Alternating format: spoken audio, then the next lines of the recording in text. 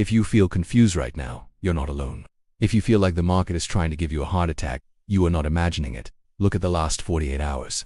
On Wednesday, New Year's Eve, the price of silver crashed. It fell 8%. It smashed down to $70.50. The sentiment was apocalyptic. People were selling. They were screaming that the bull run was over. And now, today, Friday, January 2nd, the market opens and silver rips higher. We are trading at $73.83. We are up over 3% in a single session. We have erased half of the crash in the blink of an eye. If you sold on Wednesday, you are devastated. You sold the bottom. If you bought the breakout on Monday, you are still underwater. The market is whipping back and forth like a downed power line. It is destroying the bears on Monday.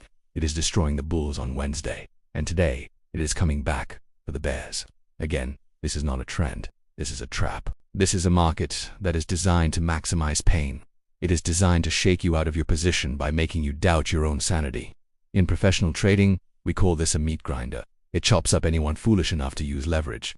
In this emergent market analysis, we are going to dissect the anatomy of this whiplash. We're going to explain why the banks are engineering this volatility to clear the board before the real move begins. We are going to look at the $70 floor and the $75 ceiling. We are stuck in a war zone between these two numbers. And I am going to give you the strategy to survive the chop. Because if you try to trade this, you will lose. But if you understand why it is happening, you can use it to your advantage. The price is moving fast, but it isn't going anywhere yet. It is hunting for liquidity. This is the story of the trap. To understand the trap, you have to look at the psychology of the swing. Why did we crash on Wednesday? We discussed it. It was the GSIB regulatory flush. The banks needed cash. Why are we rallying today? Because that selling pressure is gone. The calendar turned to January. The banks stopped selling. The natural buyers stepped back in. But notice the range. We fell from 75. We bounced to 7,380. We are still inside the crime scene. We have not broken out to new highs. We have not broken down to new lows. We are trapped in the middle. This middle zone is the kill zone. It is where the algorithms feast on retail traders. When the price goes up 3% today, the retail trader feels FOMO. They think, oh no, it's recovering, I have to buy. So they buy at 7,380. And then what happens if the price drops tomorrow? They panic and sell. The market is washing the order book. It is flushing out the weak hands on both sides.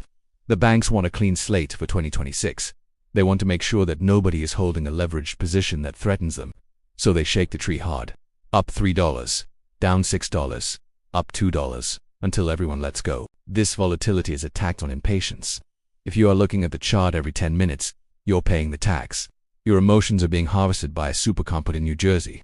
The only way to win is to refuse to play the short-term game. Let's look at gold for a moment. This tells us that the macro trend is safe. The inflation trade is alive.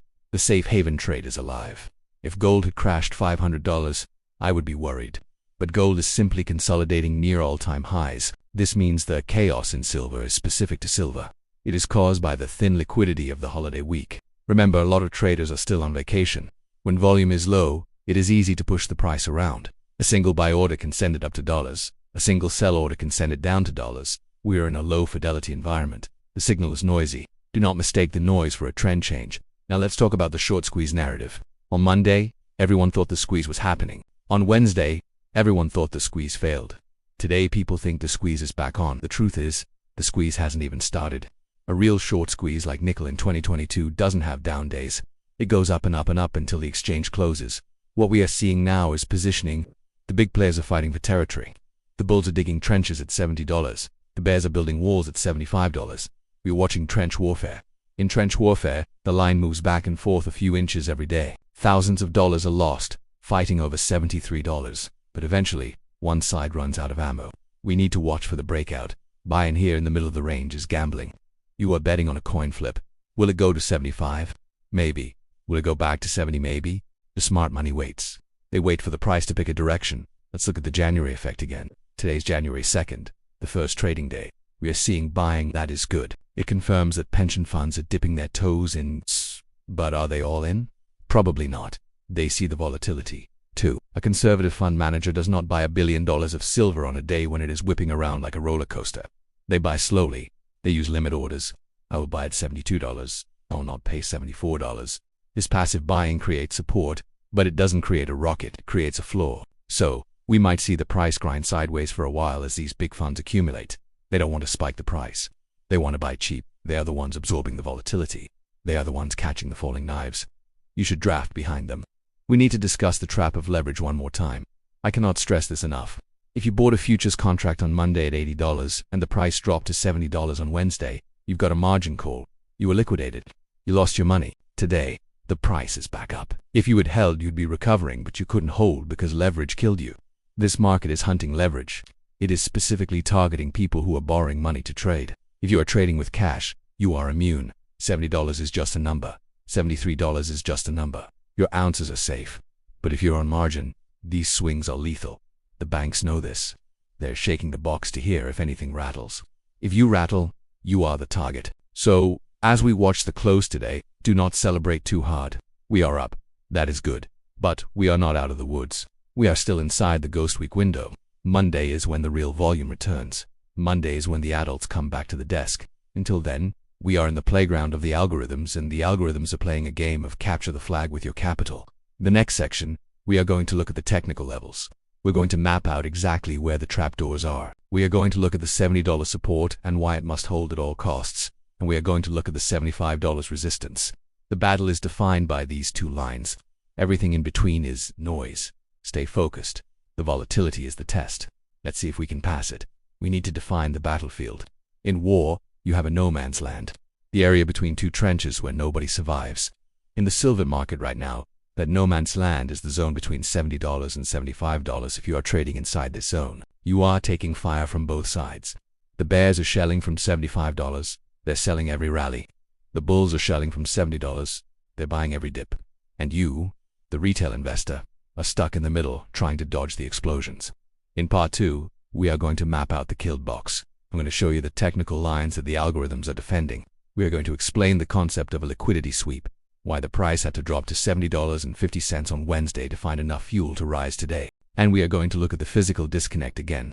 While the paper price is whipping back and forth, the physical dealers are doing something very different. They are holding the line.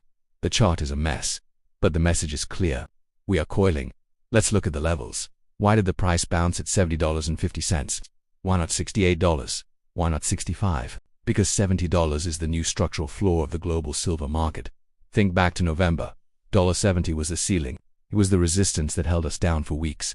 When we broke through it, that ceiling became the floor. This is the polarity principle. The market must test the floor to see if it holds the weight. Wednesday was the stress test.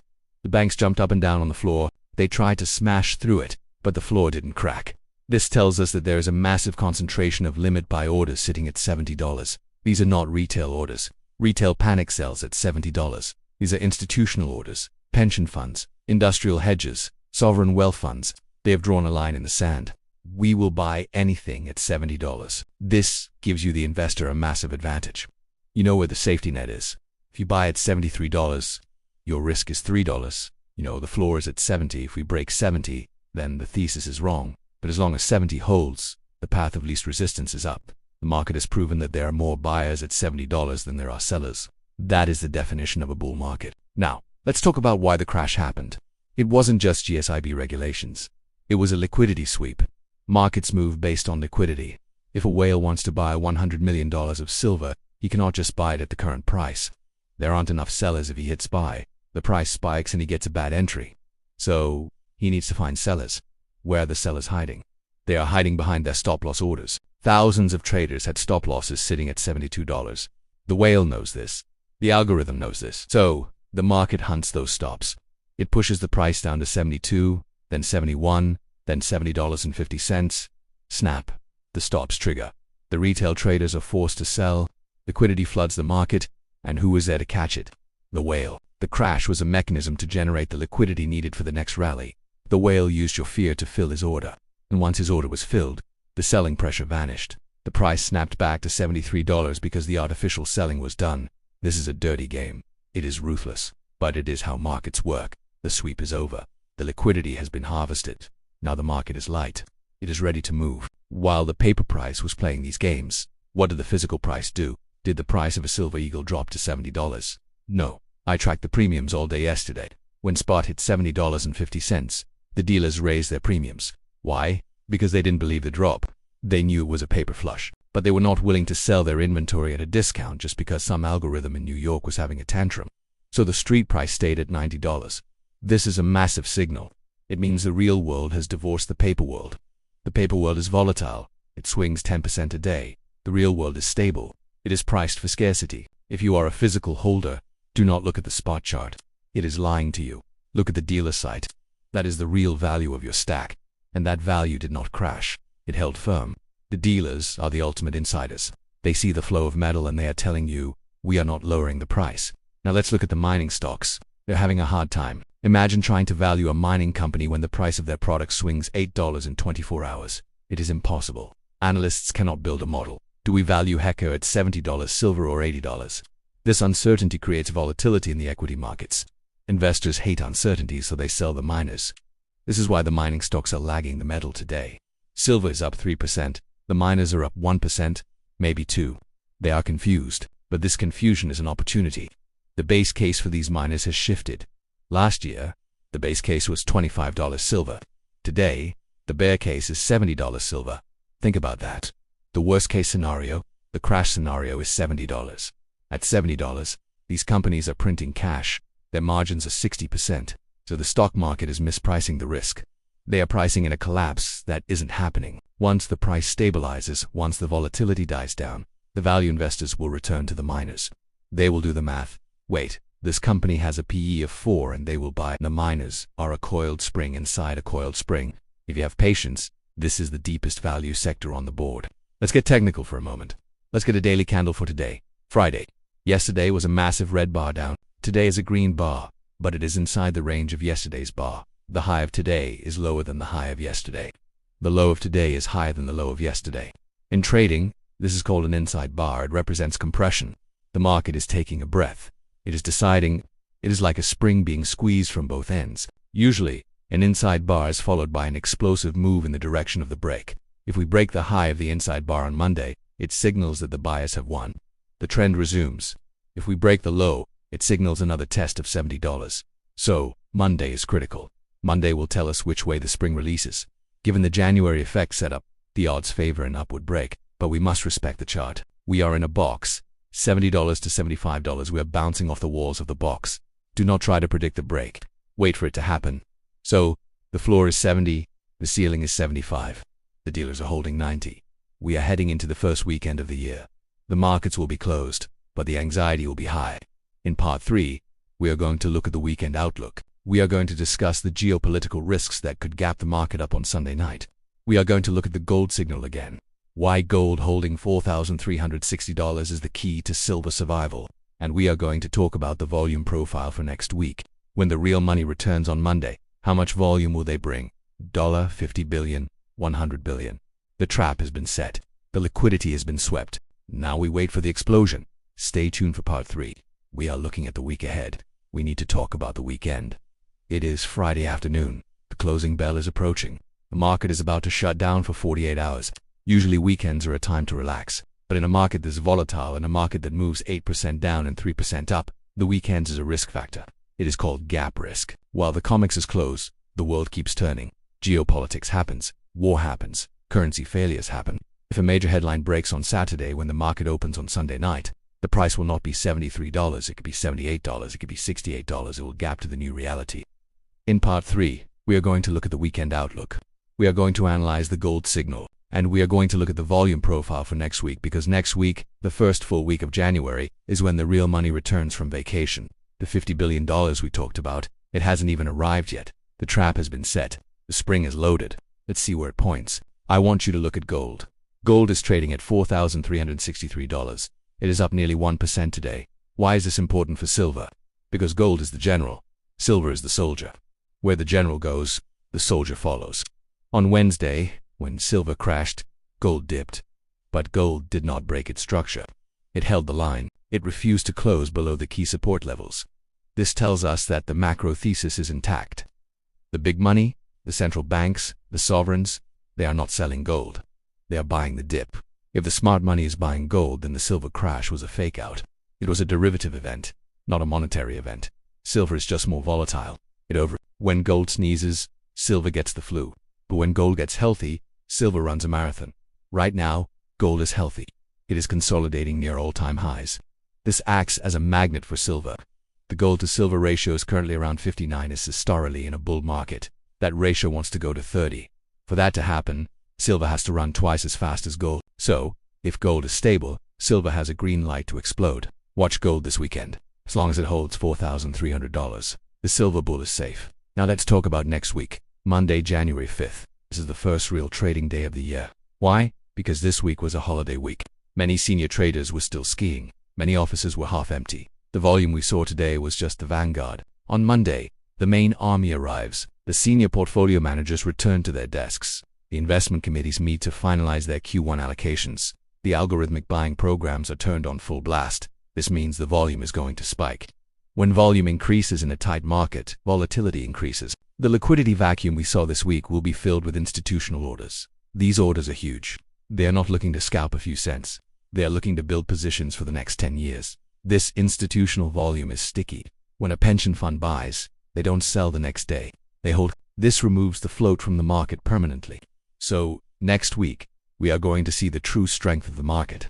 If we see high volume and rising prices, it confirms the January effect. It confirms that the crash was just a chance for the big boys to get in cheap. We also have to consider the world stage. While we stare at charts, tensions are rising in the Middle East, in the South China Sea. The shipping routes in the Red Sea are still under threat. Supply chains are fragile. Silver is a strategic metal. It is used in missiles. It is used in satellites. If a conflict escalates over the weekend, the military demand for silver becomes priority one. We discussed the Defense Production Act in our deep dive. That threat is always lurking in the background. Smart money holds silver as a geopolitical hedge. They know that if war breaks out, paper assets crash but hard assets fly. Going into the weekend, cash heavy is risky. You're betting on peace. Going into the weekend, silver heavy is prudent. You're betting on chaos. And looking at the news, chaos is the safer bet. I have to warn you about the close today. It is Friday afternoon. The banks might try one last trick. They might try to paint the tape lower into the close. They want the weekly chart to look weak. They want to print a Dougie or a shooting star on the weekly candle to discourage the technical traders. So, if you see a sudden drop in the last 15 minutes of trading, do not panic. It is manipulation. It is window dressing in reverse. They are trying to make the chart look bad so they can buy cheaper on Monday. Smart traders ignore the last 15 minutes of a holiday week. They look at the body of the candle, not the wick. And the body of the candle says, we are trading well above $70. And that is strength. Let's check the physical market one more time. While the paper price whipsaws, the physical metal is disappearing. We are hearing reports that the Shanghai Gold Exchange is seeing record withdrawals. China is taking the metal. They are not day trading. They are taking possession. This physical drain creates a time limit on the manipulation. The banks can only smash the paper price as long as they have some physical metal to back it up. Once the vaults are empty, the paper game ends. We are getting closer to that day. Every time the price dips, China buys more. Every time the price dips, the vault drains faster. The trap the banks set for you is actually a trap for themselves. They are selling their lifeboats to buy deck chairs on the Titanic. So, we have gold holding. We have the main army arriving on Monday. We have China draining the vault. The setup is perfect, but the hardest part is the psychology. How do you hold when your account swings 10% in a day? How do you sleep when the media tells you it is a bubble? How do you resist the urge to sell too early? In part 4, the final chapter of this series, I'm going to give you the psychological armor. I am going to teach you how to think like a whale. I am going to give you the exit targets for 2026 so you don't have to guess. And I am going to leave you with a final verdict on why this trap was the best thing that could have happened to us. The chop is almost over. The trend is about to resume. Stay tuned for part 4. We are finding the calm in the chaos. We have reached the final chapter of this market alert. We have navigated the crash of New Year's Eve. We have analyzed the bounce of January 2nd. We have exposed the trap, liquidity sweep, and the physical disconnect. Now you are left with a portfolio that has survived the most volatile week of the year. But survival is not enough. You want to thrive. To thrive in a market that whipsaws 8% in a day, you need more than a chart. You need psychological armor. In this final breakdown, part 4, I'm going to give you the whale mindset. I'm going to teach you how the biggest investors in the world look at volatility, not as a threat, but as a tool. I'm going to map out the exit targets for 2026 so you have a clear plan when the mania hits. And I am going to leave you with a final verdict on why this week's S-trap was actually the launchpad for the rest of the year. The banks tried to shake you out. They failed. Now, let's make sure they pay. Let's finish this. How does a billionaire trade silver? Does he stare at the 1-minute chart? No. Does he panic when the price drops to dollars? No. He uses time arbitrage. The retail trader is playing a game of minutes or hours. The whale is playing a game of years. The whale knows that the fundamental deficit in silver cannot be fixed in a day. It takes 10 years to build a mine. So, the whale buys the asset today, knowing that in 3 years the shortage will be acute. It is arbitraging time. It is buying from impatient people today to sell to desperate people tomorrow. This week we saw the impassioned people sell. They sold at $70 because they were scared of the daily chart. The whales bought at $70 because they were looking at the decade chart. You need to adopt this mindset. Stop asking what will silver do tomorrow. Start asking where will silver be when Samsung runs out of paste. Where will silver be when the US debt hits $40 trillion? When you lengthen your time horizon, the volatility disappears. The crash becomes a blip. The rally becomes a trend. Be the whale. Play the long game. Now, let's talk about the exit. You don't buy silver to hold it forever. You buy it to preserve wealth until the system breaks, and then you swap it for real assets. So, what are the targets for 2026? Target 1, $85. This is the technical breakout level. Once we clear the all-time high friction at 50 and 80, the chart opens up. $85 is the confirmation that the new paradigm is here. At this level, you do nothing. You hold. You let the momentum build. Target 2, $100. This is the media event. When we hit triple digits, the world will go crazy. This is when your friends call you. This is when the frenzy starts. At $100, you might consider taking your initial investment off the table if you need the cash, but the smart play is to wait for the ratio. The ratio targets 30 to 1. We discussed this before, but it bears repeating. Do not sell for dollars, sell for gold. When the gold to silver ratio hits 30, swap some silver for gold. When it hits 15, swap it all. This strategy protects you from selling early. It forces you to stay in the trade until silver is historically overvalued relative to gold. Right now at 60 to 1, silver is still historically cheap. We have a long way to go. The biggest risk you face in 2026 is not a crash. It is selling too soon. It is premature evacuation. You have suffered through the bear market. You have held through the consolidation. Now the payoff is starting. If you sell at $75, you are eating the appetizer and skipping the main course. The big money is made in the third phase of a bull market, the mania phase. We are just entering the mania phase. The public is just waking up. The institutions are just waking up. If you sell now, you are giving your seat to a pension fund. Do not do it. You have earned the right to ride this to the top. Strap yourself to the mast like Odysseus. Put the sell button away. Let the market go parabolic. So, here is the verdict on the Whiplash Week. It was a trap. It was designed to steal your shares. It failed. The market recovered. The price is back above $73. The weekly candle looks strong. The monthly candle looks historic. The yearly candle signals a supercycle. The banks threw their best punch, and the market is still standing. This tells us that the underlying demand is stronger than the manipulation. The physical hand is stronger than the paper hand. As we head into the weekend, relax. You are positioned correctly. You own the asset that is running out. You own the money of the future. Monday will bring volume. Monday will bring the main army. And Monday will likely bring higher prices. The trap is empty. The road is clear. Welcome to the Year of Silver. Subscribe.